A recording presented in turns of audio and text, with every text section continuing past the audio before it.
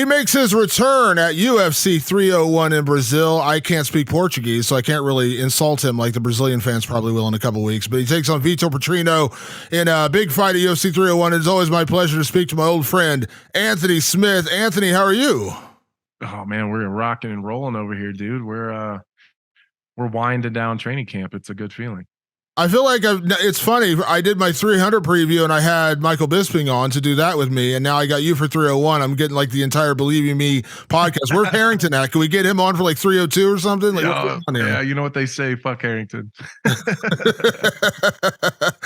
So, dude, I'm saying this. Listen, I know we talk pretty often, like off the air, so to speak, like, generally speaking. But I'm saying this publicly because I want to put this out there. You do UFC broadcasts constantly. You have your own podcast. You have everything else going on. Let's be honest, man, you don't need to do media. Like, you have your own platform. Like, you don't have to do this. So I mean this when I say this, like, thanks for doing this, because in all honesty, you don't have to do these. Like, you're at a point now where you have your own network. You don't have to do a bunch of interviews. Like, you can put your word out there between Sirius and your own show. Like, you really don't have to do this. So I really do appreciate you doing this. No, I appreciate that, man. I know I get lately from the media, I get a little bit of shit. They're like, oh, Anthony doesn't do interviews anymore. It's not that I don't do interviews. It's I don't have time. Like, between my own podcast, my own radio show, practice, 4 kids, I just don't have the extra time to always jump on. But any chance I get or any free time, if I can jump on with you, I always will. I was going to ask you, because I know you did when I got the coverage plans for UFC 300. They said you were working the desk. I was actually kind of surprised. I know, generally speaking, when you get a fight coming up, you kind of step away from doing all the analyst stuff. Was that just like a card where you're like, I got to be there for that? Like, I got to be there for 300?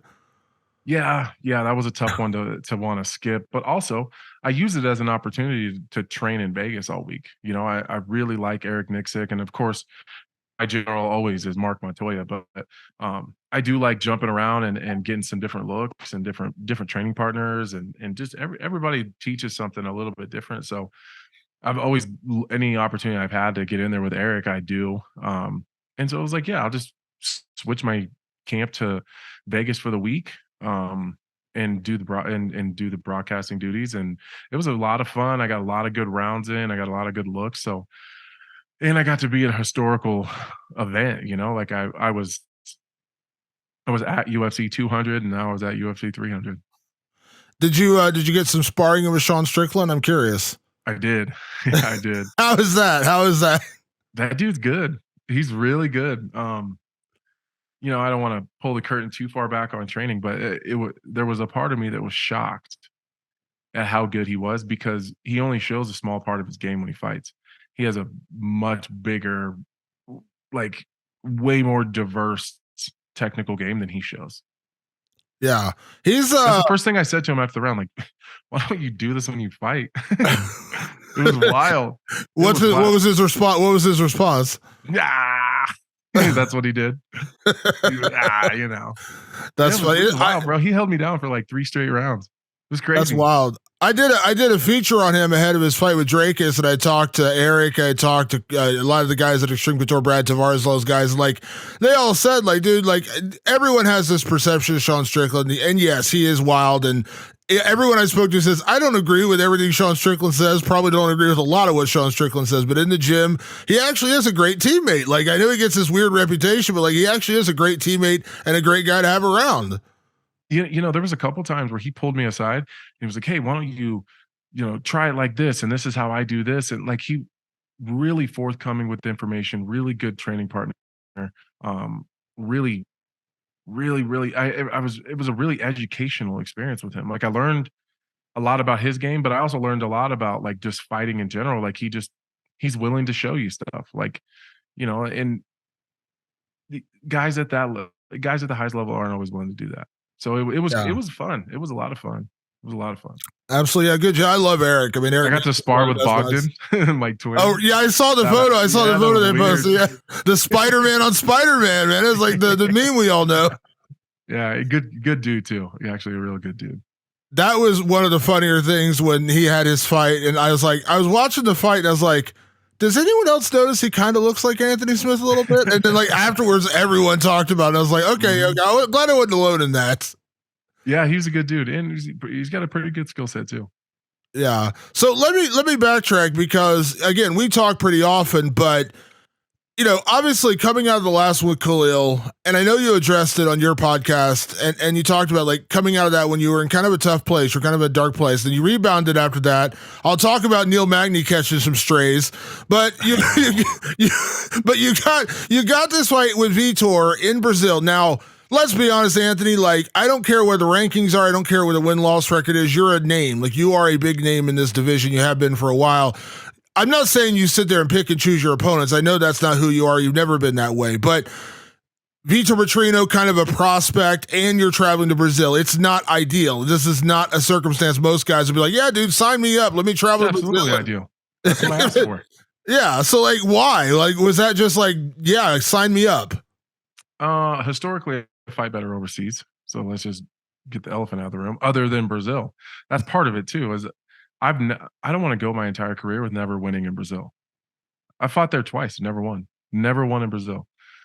So some of it is I want to check that off my list. Let's just be honest. Like, if he would have called me out and I wouldn't have responded, he wouldn't be getting that fight. But as soon as he called me out, like, I kind of rolled all those things in my head. Like, UFC 301 is exactly the timeline that I want to fight. I want to get a win in Brazil. UFC, like UFC 301 is the exact timeline that I want to fight. It's a pay-per-view. He's Brazilian. It's the type of guy that I want to fight. I like the style matchup. And he called me out. So I told McMaynard right away, if he's ranked on Tuesday, I'll fight him in Brazil. And that's exactly what happened. I know you talked about this, and I kind of jokingly said the Neil Magny thing, but you said, and I want to say this to you because I'm sure you'll probably agree with me. I've always said there's like three kinds of call outs in our sport. There's what I call the championship call out, which are the guys you're trying to fight either above you in the rankings or obviously to get the champion. You're on your way to that level, and that's who you're calling out. Then I think there's like the grudge match call outs where it's like you just don't like a guy, there's some personal beef, or you just don't like the person, you call them out. And then the third kind is the building your name call out. Now, there can be positive ones where you're just like, hey, I want to become a ranked fighter. I want to, very respectful. And then you mentioned it when you talked about when this fight got made, like the guys who are like, I need to get my name out there, and I see Anthony Smith as a guy that I can fight and beat. And that's going to get my name out there. And that's where I joke when all like Neil Magny caught a stray. You're like, I don't want to be the new Neil Magny, but like, am I right? And like, that's the way you'd like that I'm taking it. That's how I meant it. Yeah. That's how I meant it. I'm not the name that you're going to view as a wounded lion that's got a name and some tenure in the company that you're going to build your name off of. So we're going to fucking put that to bed now. We're just going to be done with it. If Neil was out, like, how many up and comers have called out Neil since his last fight? Exactly fucking zero. Because they're like, oh, okay, never mind. That guy still got some left in the tank, and he's a problem. So, like, maybe I got a better skill set, or maybe I'm better at this, or maybe I'm more athletic. But Neil Magny is not going to go away, and he just took out one of the hottest up and coming prospects in the division. So that's kind of exactly what I'm looking to do. Leave me alone. That's what I want. I want them to leave me alone. Like, work your way up. And you know what? That's on me. That's on me. I put myself in that position. So it's up to me to change the narrative. And that's exactly what I want to do. And that's why when he called me out, right away I was on the phone with McMaynard. Perfect. Let's go. Yeah. I know the answer before I even ask this question, but I'm going to throw it out there anyways, because you are, beyond anything else, you're a very thoughtful and smart guy in the sport. Like, you could play analyst even for your own career, which I find pretty amazing, because sometimes it's hard to like see the forest for the trees. That saying where it's like hard to take a hard look at your own career.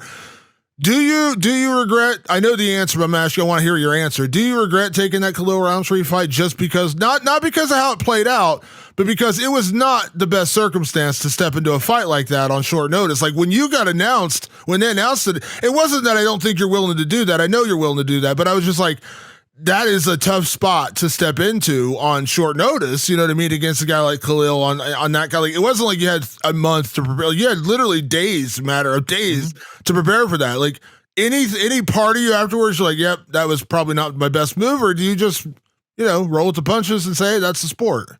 No, I chalk it up to the game. That's how it goes. Because I've come in on short notice a couple times and won. So there's always the opportunity that that's going to happen. It is what it is, bro. It is what it is. It sucks, but I'm over it now. I'm just past it, and let's just move on. But no, I'm good with it, man. I wouldn't regret it if I won. Yeah. Do you, I know you mentioned this a little bit on your podcast this week.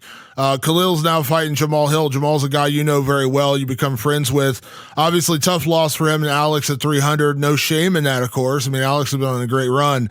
I know it's probably tough to ask you to break that one down, but how do you feel that one could go, considering, you've been in there with Khalil? I know you trained a lot with Jamal. You were preparing to fight Jamal very briefly, and then obviously you guys kind of turned around and became training partners. How do you see that one? I think it's a really hard fight for both guys, actually. Like, it's an impossible matchup for both guys. Neither one of them have really the want or ability to really start. Because Jamal can grapple, and I'm sure Khalil can grapple, but neither one of them are going to. Khalil's crazy fast and really hard to hit when he wants to be. Like, if he starts getting into firefights and stuff, like, that's where Khalil can get himself into trouble. But if he's really focused on just picking his spots, keeping the pace at a pace that he's comfortable with, which is more of a slower kind of sharpshooting kind of pace, he's really hard to get to, and he's crazy fast, really, really fast. And Jamal's really hard to hit, not because of his speed, really, but he's just really awkward. And I don't want to say awkward, because awkward has like a negative connotation to it. I would say he's just different. Just different. He's hard to hit. And he fights at a really odd range. His timing is not normal, and I don't mean that in any negative sense. It's just different.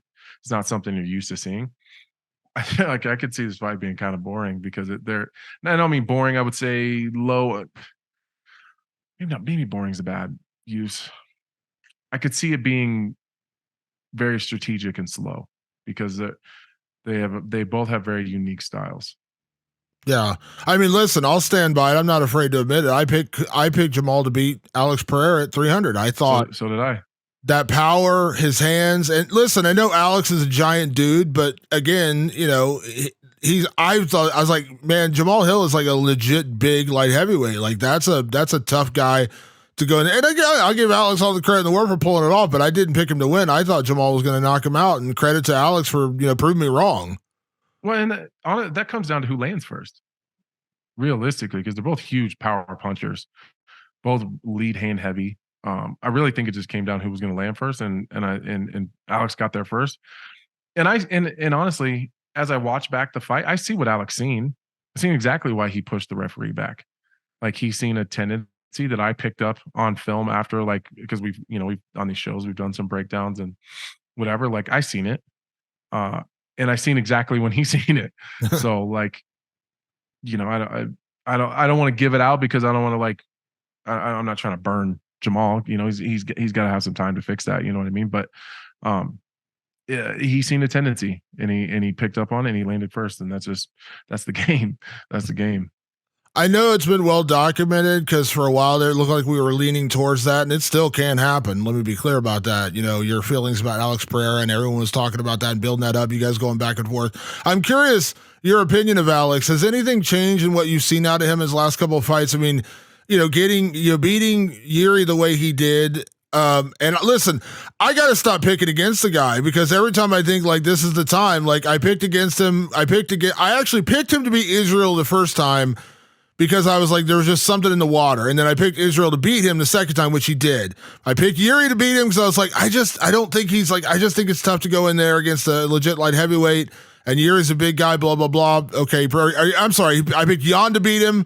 Jan nearly did beat him, but then he didn't. And then I think I picked against Alex every single fight he's had at light heavyweight, and the guy keeps proving me wrong. For it. Yeah, well, that's what I'm asking. Like, has your opinion changed at all of him? Like, just seeing this three fight? No. Because listen, here's the deal. I'm doing my breakdowns and my analysis. Very true. Whether he and I have this thing back and forth or not, I'm very honest about my analysis of him, and everything that I've said, I stand by. Like, that's just the fight game. Like, he has caught lightning in a bottle, and I don't mean that as like he's getting lucky, because he's not. He's a legitimate threat, and he's a legitimate danger. But because of the matchups and some circumstances, like, Jan Blachowicz is a much better mixed martial artist. He proved that in the first round. I don't think he adjusted to the altitude of Salt Lake City, because then he was gassed and was kind of reserved to standing in front of Alex after that because he couldn't get a takedown because he was tired. Like, let's just call it what it is. Like, I'm not knocking Alex for that. I think he did a great job staying safe. I thought that he showed a little bit of improvement in his grappling.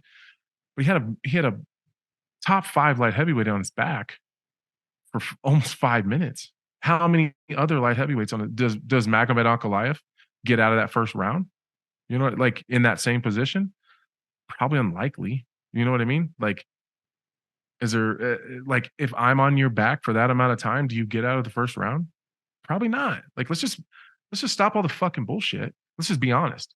If I'm Jan Blachowicz, do I finish in that position? 100% of the time. 100% of the time. Hooks in against the fence, you're belly down, I'm taking home $50,000 extra. That is happening. If Magomed Ankalaev gets to that same position, that's happening. I can give you 5 other light heavyweights that will get to that position. Jan Blachowicz isn't necessarily known as a submission finisher. He's a black belt in jiu-jitsu. He does very well on the ground, but he's not a prolific finisher on the ground, and that's fine. I think that Alex Pereira did a great job in that position, and I think that he did what he had to do in the second and third round, very, very tired at altitude, to get the win. I have no knocks against that. He beat a really tough dude. Jamal Hill, there is no wrestling threat. I'm not talking shit about Jamal. That's just not his game. So that's a favorable matchup. That's a 50-50 at best for both of them. Like, without the threat of a takedown, you strike very differently in a fight when you're not worried about someone shooting a takedown. Yuri Prohaska is that might be the only fight that I picked Alex Pereira, because Yuri Prohaska is a defensive irresponsibility. He's too free. He's too open. He takes a lot of leg kicks. We just seen it in the Alexander Rakic fight. Now, credit to Yuri. I think he did a great job. He was able to stay safe. He was able to land some big shots. He hurt Rakic. That I thought he did great, but there was a lot of problems there. He got hit a lot. He got banged up with the leg kicks, and the same thing happened with Pereira. He pushed Pereira really hard, but then he's not responsible in those tight spots. He took a hard shot. Glover Teixeira banged up Yuri Prohaska pretty bad on his feet too. Like, I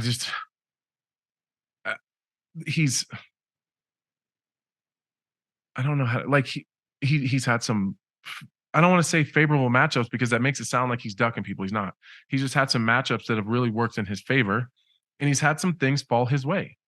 That's fucking MMA. That's the game. Like, sometimes things just fall your way. Like, my Jake Ellenberger was in a lot of really tough fights and tough situations, and sometimes the fucking chips just fell his way, and then later on down the road they didn't. And that's how it goes. And at some point that will not continue, and that's just the game. That's going to happen to all of us. I say, anyways, to answer your question, I stand by everything I've said. Like, he's in DC says it all the time. Like, how is this guy still winning fights? Yeah, I asked the same thing. It's because it doesn't make any sense. Like, he has a very limited skill set. He's very, very, very, very, very dangerous at one thing, and he's mediocre at the rest.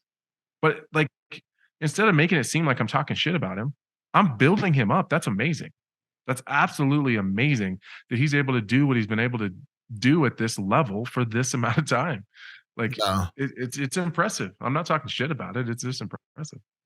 I'm curious, because you do have to play both sides of the fence now a little bit, because you are a fighter, but you are an analyst. I mean, you do it very well, and you have one of the most popular podcasts in the sport, and part of your job is to talk about fighting, and you have to be honest about fighting. I'm curious, and I say this to you because I've been around the sport for a long time, and there's certain guys, or girls for that matter, in the sport that I have a close enough relationship to that, like, I know I can speak honestly with them, and I can tell them an opinion. I do a podcast with Matt Brown, one of my closest friends. We have very honest conversations about the sport, his career, things like that. If there's one thing, and you probably know this, and you probably see it now because you give your opinion all the time, Are fighters a little too sensitive about like when you give like there's mean spirit analysis where you're just talking trash. I understand that. Like there's mean spirited analysis, but then just giving your honest assessment of a fight, picking against, like I've had fighters text me after I picked against them in a fight, like seriously pissed off at me. And I was like, dude, I didn't like, not like mean about it. I had to pick a fight. They said, hey, who do you think's going to win? Pick the other guy. It's nothing against you. I just picked the other guy. I'm glad you proved me wrong. Happy. Congratulations. But like, right. Is there a little bit too much sensitivity when it comes to the analysis and like the prediction side where people get so pissed off? Mm-hmm. Yeah, definitely. And oh, excuse me. There's I mean, it happens to me a little bit too. I get my feelings a little bit, but it's because fighters are so tied to fighting. Like fighting is a lot of, it's not so much this way for me anymore, but like fighting used to be my identity. So if you picked against me in a fight and you said, well, I think this guy's going to beat him, I felt like you were attacking me personally, like like the core, like my core of who I am as a person. And I think fighters do better if they can just unattach a little bit. And like I know fighters that like are so in tune with what's being said about them that it affects their day to day. And it like you got to unattach from that shit a little bit. But to answer your question, yeah, they're a little bit sensitive. Yeah, it is, and I get it. Everyone's different. Like I said, I get it. Everyone's a little different with how they approach. I walked into Extreme Couture and I could see a bunch of people like licking their chops. Like, here's our fucking chance. You have to, dude. You have to answer for that shit. That's funny because the reality is, like, when you get in that side of the business, like, you have to give your opinion because if you don't, like, dude, no one's gonna listen to you if you're just like everything is like half. Well, that's my job. Yeah, if you just sit there and like you're like, well, I think he looked good. I don't know, man. I don't know who's gonna win because I've done that with some. I'll have fighters on. I'll ask them opinion. Like they do that. I'm like, okay, well, I get what you're doing. You don't want to piss anybody off, but like that's part of the job. Like when you do a podcast with Michael Bisping and you guys talk about fighting, you can't sit there and be like, well, those guys look good. I don't know who's gonna win. No one's gonna listen to that. You also don't see a whole lot of fighters wanting to hang out with me Bisping either. But I've never been a guy that like I love my teammates and there's a few guys here and there that like I just vibe with that are they're in the game. But broadly, like I don't hang out with fighters, I don't hang out with celebrities, hang out with athletes in general. So doesn't really hurt my feelings too much, but you don't see a lot of those guys jumping at opportunities to go have dinner with Michael Bisping and me. That's funny. That's what's funny is those guys like yourselves and like Daniel Cormier guys, like you guys have great minds for the sport, and I think it's legitimate that you understand the sport. I think there's a reason why people want to talk to you about your opinion on sports because it's not because we're trying to get like a hot take or we're trying to get a great headline. It's because you know the sport. Like what you just said about Alex. Some of you guys are not you. Well, no, some of you I'm not. Okay, you're not wrong. You're not wrong. But you know what I'm saying. Like, but there is like what you just said about Alex. Like you're not like I would agree with every single thing you just said when you really break it down like that. That's just being honest and like giving your opinion about his performances and where he's at and the guys he's fought. There was not a single word that you said there that I was like, man, you're really just talking shit about him, man. You just really don't like this guy. No, and I don't even dislike him. Like we've never said anything personal about each other other than we beat each other up, but like that's his business. I don't dislike him. I actually like part of me wants to like I wish I understood more of the stuff that he says because I see his relationship with Glover Teixeira and they seem so fun and playful. Like they have a lot of fun together. And so he seems like a guy that's got a decent sense of humor. And he plays into the killer persona a little bit. And I think he does turn into that person when he fights, but I'm just breaking him down. That's just what it is. And that's not me talking shit. Maybe I say all that and he would knock me the fuck out. I don't know, but it doesn't change the analysis I have on his game. I'd wake up and say the exact same thing. I thought people were going to come from Matt's head because we broke down 300. He had said that like he said Alex is very dangerous, but I don't think he's a very technical striker. Like his technical striking is kind of overrated. Like he's a very dangerous, powerful guy, but like in terms of technicality, he's not the most technically sound striker. And I was like, man, people are going to come from Matt's head now because like and it's just being honest. Like Matt knows striking. Like Matt understands striking very well. He's like, I'm not saying he's not good. He's very good. He's very powerful, very dangerous. But technically speaking, like guys like Adesanya is a more technical striker. Yeah, I don't disagree with that completely. I think he has parts of his game that are very, very calculated and technical. Like he might have the most the most effective, technically correct left hook I've ever seen in MMA. Yeah. But like his leg kick, no one will teach you to throw a leg kick like that. Nobody. Not a fucking striking coach on the planet will teach you to throw a leg kick like that. Does it mean it's not good? No. Is it technically like correct in the way that every coach, pundit, analyst, and Muay Thai practitioner or Muay Thai and kickboxing practitioner on the planet would teach it? No, not at all. It's in relation to that, it's about as wrong as you can get. But it's effective and it works for him and he lands it every single time. So like, I understand what Matt said, but here's the deal: people don't listen to everything that we say. They're going to clip this part right here. They're going to say that Anthony Smith said Alex Pereira is a, all the kickboxing practitioners and analysts in the world says that everything he does is wrong. That's what they're going to clip, and that's how they're going to make it seem. And that's not what I mean at all. I think that everything he does he's very effective. He's fine. He finds ways to land the shots that he needs to land. Insanely powerful. I don't know where the fuck that comes from. That's different. That's different. Because I'm telling you, me and Jamal have been in there for some rounds, and I have put straight bombs on him here and there, and he doesn't even blink. Like it's not even a big deal. And he was able to hurt Jamal. And it's just a shot he didn't see coming. And that's exactly what Alex does. He hits you with shots that you don't see coming. Yeah. Before I go back to Vitor Petrino real quick, I got to ask, and I'm asking to step on a bit of a landmine here, but because you do have a mind, but I am curious because this card. You got a Connor question coming? No, actually, it was funny. I was joking. I was like, okay, let's talk about Connor and John Jones real quick. Let's just talk about Actually, no, I'm not going to talk about either one of them today. Funny enough, guy fighting right ahead. Wait, did you get dunked on by Dana in that video?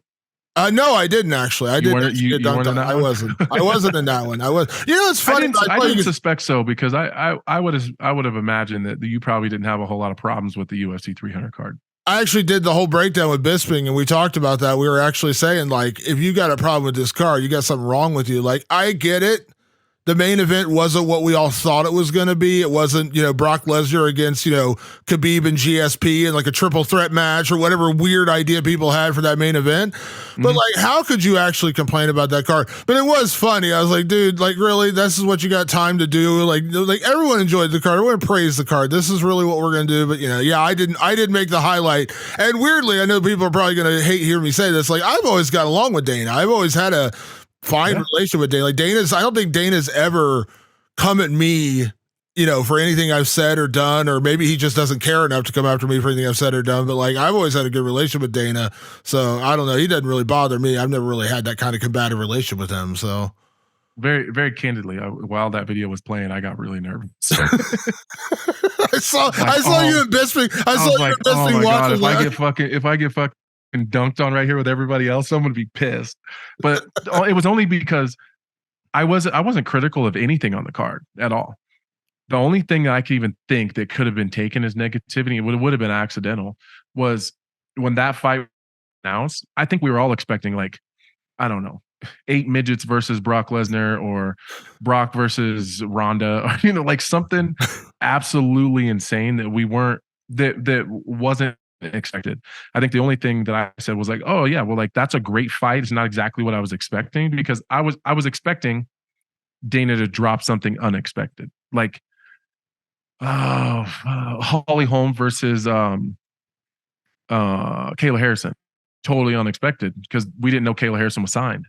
So like that's something that I would have never guessed. Like the Jamal Hill Pereira fight, like we kind of knew that was probably coming down the pipe. Just didn't know it was going to be for 300. That was the only negative thing I said. Like it just was something that we knew was going to happen, just not when. And I was thinking Dana was going to drop, something that was completely out of left field, which honestly, I thought the card was fire. I was worried that it wasn't going to surpass the UFC 299 because that card was absolutely insane too. And I think it absolutely did that. But anyways, I just didn't know if you got dunked on. No, they could have. I did not actually. I did not make the highlight reel on that one. I said that Saturday, and I was like, they could have shut down the pay-per-view after Holloway and Gaethje, and I would have been completely fine. I'm not knocking Zhang Weili or Jamal Hill and Alex Pereira. That fight was actually pretty goddamn good too. That was the one fight on the main card. I was like, Weili could go out here and just take her down, maul her, and like choke her, and that might be although dominant, maybe not exactly like, especially following Gaethje and Holloway.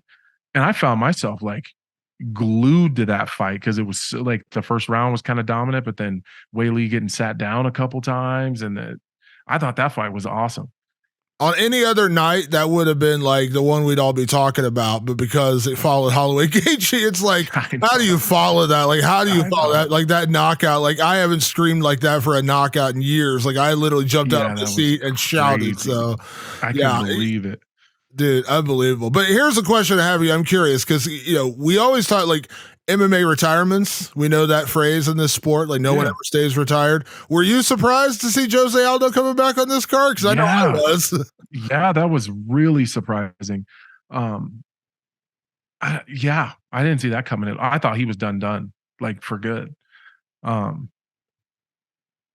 maybe he's just looking for another opportunity. I just assumed he's looking for one more chance to fight in Rio. That's kind of how that's what I thought. I know a lot of people are saying that they're, maybe they're doing that to juice up that Rio card and just put a name on it. But I didn't expect that at all. And I don't know the reason behind it. I'm looking forward to media day to finding out. I don't know they did him any favors though, giving a guy like Jonathan Martinez, because like I like Jonathan very much. He's like the softest guy. I see him every day. Softest spoken guy, does not say a word. I've interviewed him a million times, and I think we've talked for a total of like 50 minutes.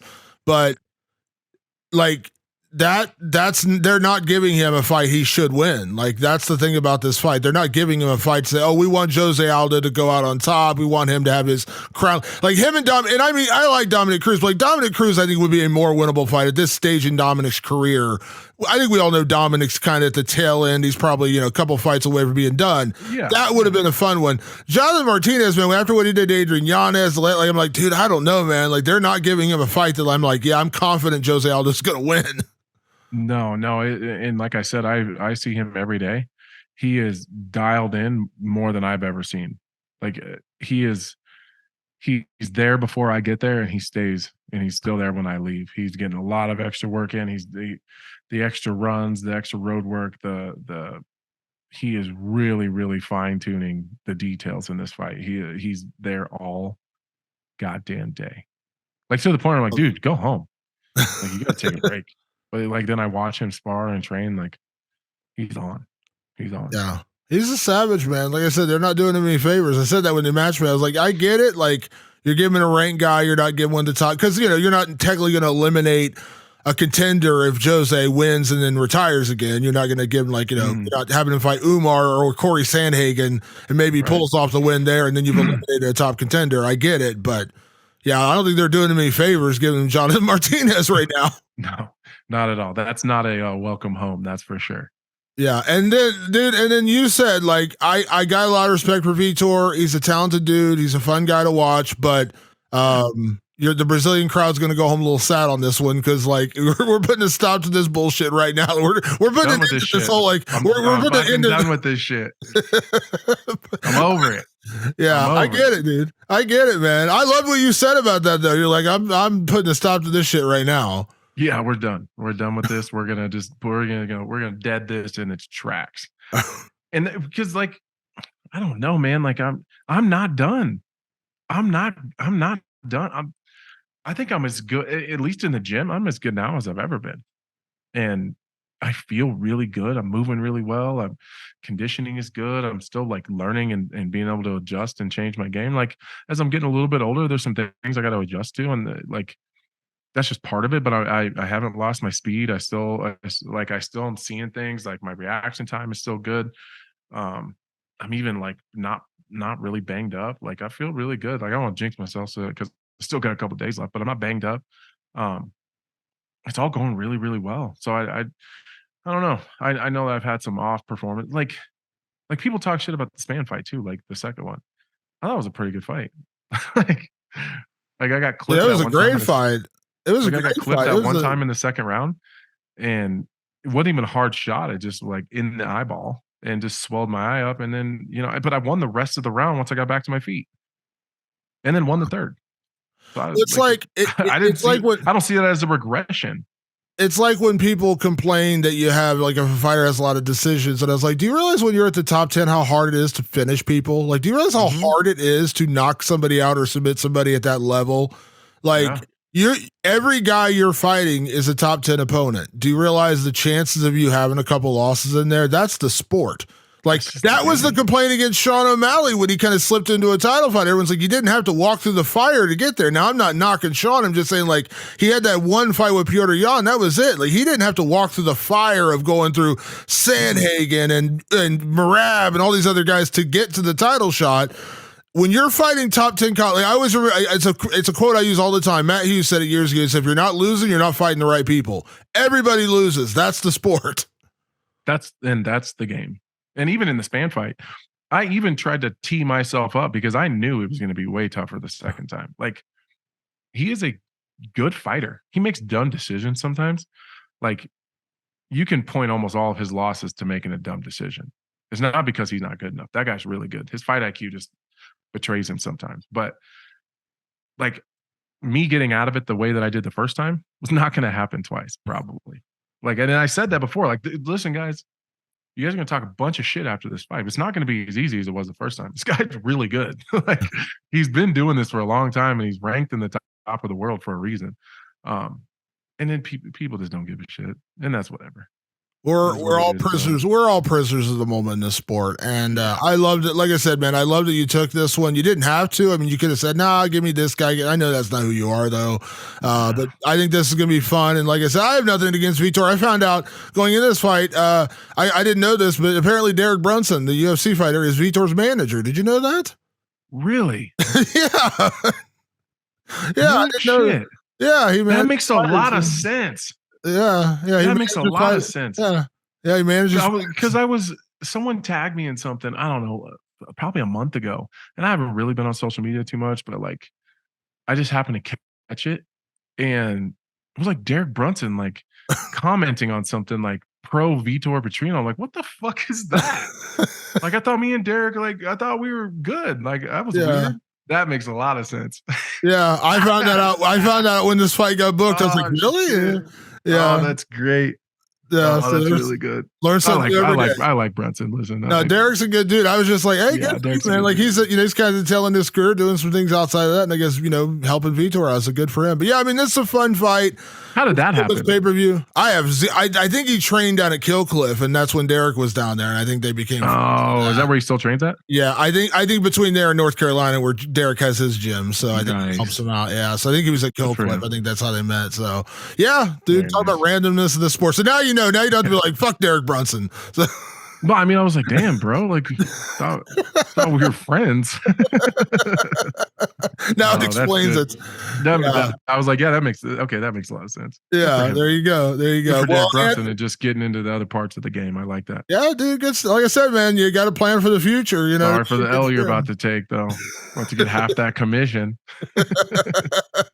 Well, I love this matchup, man. Obviously, safe travels down to Brazil, man. Now, I say best of luck at the fight. You don't need it, but thanks for doing it, man. I always appreciate it. Keep you up to great work with the podcast. I'm always watching you and Bisping. It took me like I give Bisping a hard time. It took me like 2 months to finally get him on the lines. We texted back and forth for like 2 months, and I was like, dude, you got to do this. And he finally got back to me. We got him for 300. So you guys are two of the busiest guys in the sport. So anytime you ever carve out time for me, I appreciate it. No worries, man. You take care of yourself, and I'll talk to you afterwards.